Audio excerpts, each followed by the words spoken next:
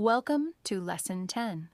Today, we'll bring together what you've learned and walk through the basic ICD-10-CM coding workflow, from provider documentation to the final diagnosis code.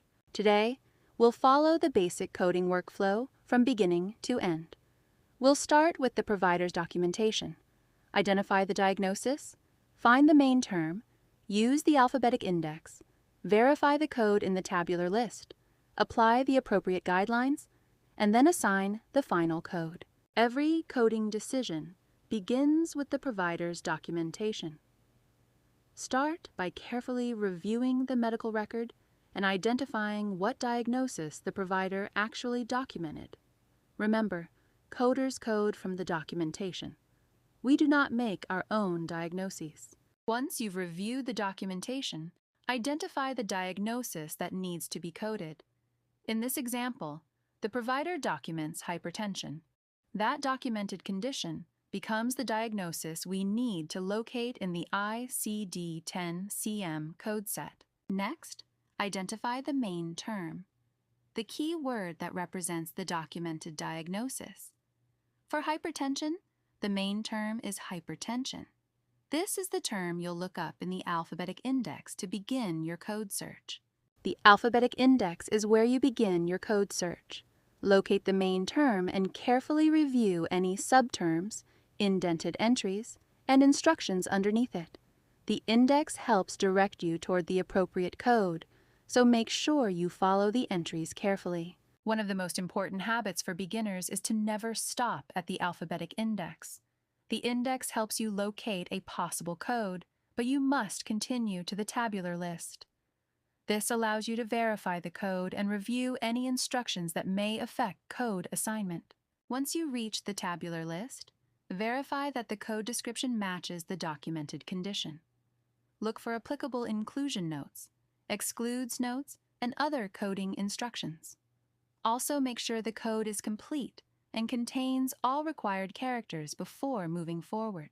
After verifying the code in the tabular list, apply any official ICD-10-CM coding guidelines that affect your code selection.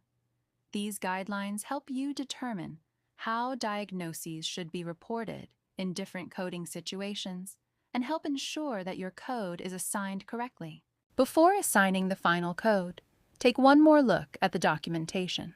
Ask yourself whether the code is specific enough, whether laterality is required, and whether any additional information has been documented.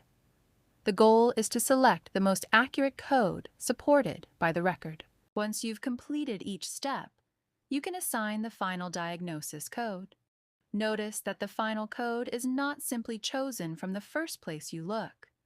It is the result of reviewing the documentation, following the coding workflow, verifying the code, and applying the appropriate guidelines. Let's put the process together with a simple example. The provider documents type 2 diabetes mellitus. We identify the main term, diabetes, and locate it in the alphabetic index. We then verify the code in the tabular list and check for any applicable instructions. Because no complication is documented in this example, the final code is E1.1.9, type 2, diabetes mellitus without complications. Let's follow the same workflow with a different diagnosis. The provider documents acute otitis media. We identify the main term, otitis, locate it in the alphabetic index, and then verify the appropriate code in the tabular list. In this example, the final code shown is H6.6.90. Otitis media, unspecified ear. Notice that the workflow stays the same even when the diagnosis changes. Now it's time for a quick knowledge check. First, a provider documents low back pain. Then, you locate a possible code in the alphabetic index.